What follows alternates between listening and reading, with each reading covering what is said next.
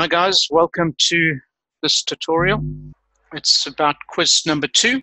I'm David Zeidel and I'll take you through what your quiz was. So the first question was, why is this graphic problematic?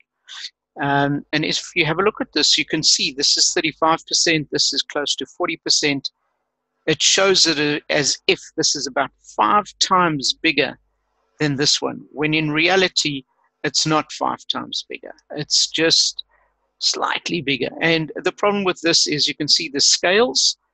And rule number 1, golden rule number 1, a bar chart has to start at 0. If it doesn't start at 0, it is misleading. If you don't want to start at 0, if you wanted to emphasize this difference, then you have to break the scale and indicate that you've broken the scale. So the answer to that first question then is the axis, minima or maxima, are inappropriate. So here it didn't start at 0, and that's what created the problem. The second question, what is your biggest reason why this is a misleading graphic? It shows that the temperature has gone up massively. And in this particular case, it's showing just for the last few months, doesn't show what happened beforehand, and that's what we call data cherry picking. It just picks the little bit that highlights the point that you want to make without giving the full story. So that would have been your correct answer there. Question 3, what is the biggest reason why this is misleading? Can you see there are no numbers around it, just pictures. And what this is, the axes are missing numerical information. When you're doing a graphic, you need to have the numbers over here indicating what this is. This isn't giving any of that, so it's misleading. Why is the following a somewhat misleading graphic? Excuse me. What you've got here is, it's a very nice graph, but it's not clear what those axes refer to. So you can't see what that is. Is this body or these numbers? Not 100% clear, and therefore the correct answer would have been, it's not clear what the axes refer to. Predictive analytics. What is predictive analytics? It uses patterns derived from historical data to predict the future. You're looking at what happened in the past, predicting what you think is going to happen in the future. And that's what predictive analytics is. The reason why machine learning differs from traditional statistics is that the machines teach themselves. In machine learning, the algorithms learn and change based on the data, where traditionally we just do that.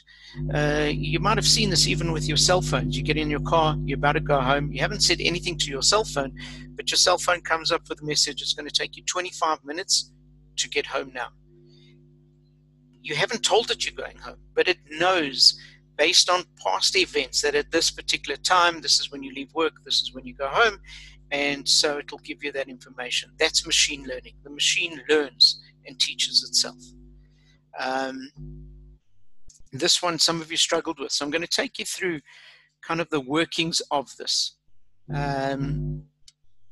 So we're looking at this. Say you are doing an analysis of a company rebranding exercise. You calculate customer responses using a pilot study. You estimate that the rebranding could capture you an extra 5% of the total market share. So this created some confusion with your answers. It's 5% of the total market. The following are other information. The average product has a lifetime customer value of 2,000. So every time you sell to a customer, that's the value you're going to gain. There's an estimated total market of 15 million customers. So if you're going to gain an extra 5% of the total market, you're looking for 5% of those 15 million. At the moment, you have 7 million customers. The rebranding cost will be 700 million Rand in advertising. And this 700 million is what it's going to cost you, regardless of whether you get 1 customer, no customers, or 5 million customers. That's what it's going to cost you. So when you've got a cost and it's not dependent on the number of customers, that's what we call a fixed cost. So just remember that. That's a fixed cost. New packaging is also more expensive, to the tune of 13 Rand per customer. So it's 13 Rand for every additional customer. This is linked to the customer. If we don't sell any if we don't get any more customers, it's going to cost us nothing.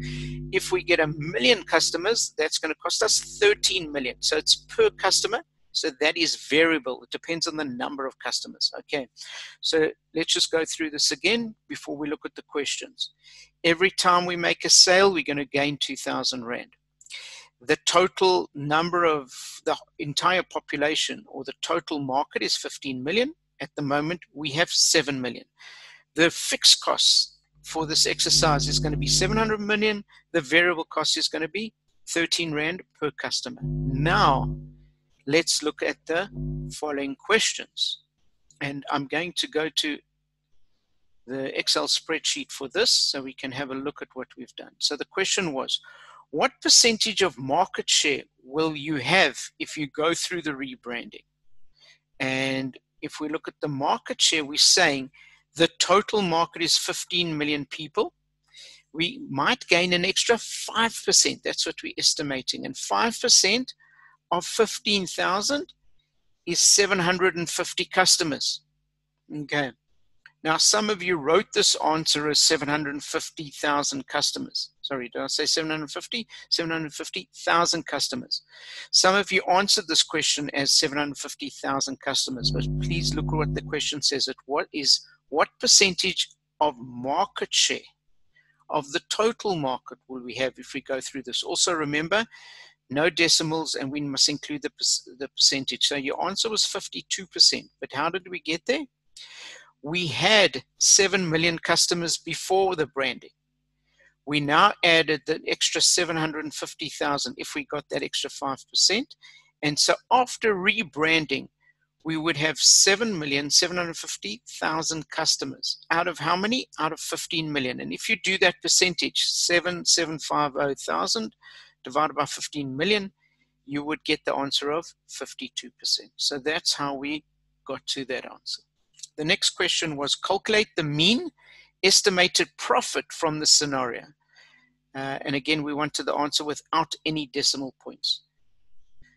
So this is saying the estimated profit. We want to know what our profit is. So the best way to work through something like this is to use an income statement grid from a break-even point of view. So we've got, and it's important to look at, you've got sales, minus your variable costs give you contribution, minus your fixed costs give you net income. If you look at it, this column we put anything that's per unit, and this column we put anything that is the total amount. So what do we know at the moment? We know this information over here. We know that every person we sell to, we're going to make 2,000 Rand. We know that our variable cost is 13 Rand per customer. That leaves us with each customer that we add, in fact, is going to give us 1,987, 1,987 Rand. So I'm going to put in this sales, and I'm going to actually write it in here. Less variable cost equals my contribution.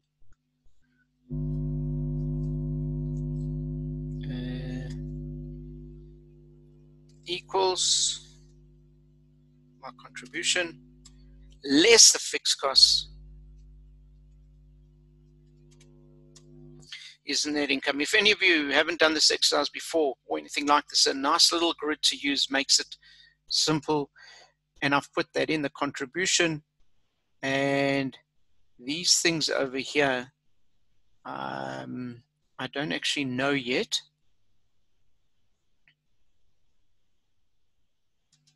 And so I'm going to blank that out, and I don't know that yet. So what I do know is that my fixed cost is going to be 700 million. So I've created this grid. This is per unit because these are per unit, 2,000 per person. This is in total. And so what I do over here is I now say, if I've got an extra 5% of that 15 million, that means I've got 750,000 customers. Each customer is going to give me a lifetime income of 2,000. So if I multiply that out and I take 750 times 2,000, that is going to give me the 1.5 trillion. So that'll give me that income. I then take 750,000 times the variable cost. So I'm really taking that minus that, which gives me the contribution. So I take 750,000 times that contribution, and that is going to be my total income. That's my cost, my fixed cost. And if I take that minus that, I will land up with 790,250,000. And that over there is the answer that we're looking at. Calculate the mean estimated profit. So we're saying the average profit, mean is the average profit, average estimated profit from the scenario with no decimal places. And so that's how you would answer that question over there. The last question we're looking at is, what is the break-even market share needed to make no profit? So we want to know how many customers do we need to get to be at break-even. Break-even meaning that this exercise didn't make us any money, but also didn't lose us any money. And the answer is we need at least 352,290 customers. But how did I get to that answer? I used the exact same exercise that I've done, and I put in what I already know. And I don't know these figures over here yet. So I've got that grid, exactly what we had before for question 9. Sales less a variable cost gives me contribution. But in this particular case, I'm saying that, let me just delete that. I'm saying that our income should be 0. And if our income is 0, and we've got fixed costs of 700 million, something minus 700 million would give me 0. So clearly, this should be 700 million. And if I know that this is the total, and this is the per unit, if I take the total divided by the per unit, I will get this answer. And this answer is the number of people. This is not rand value. This is the number of people. And there's your answer. But let's just work it out and see if it works out nicely. If I'm taking 352,290 people and I'm making 2,000 per person, if I multiply that out, I'd get that number. If I multiply this by the variable cost, costing me 13 for each one, you can see very clearly that this number minus this number would give me that 700,000, and you would get there. So I hope that answers the questions for you. So that was questions 7, 8, and 9. And that's all, folks. Have a good evening.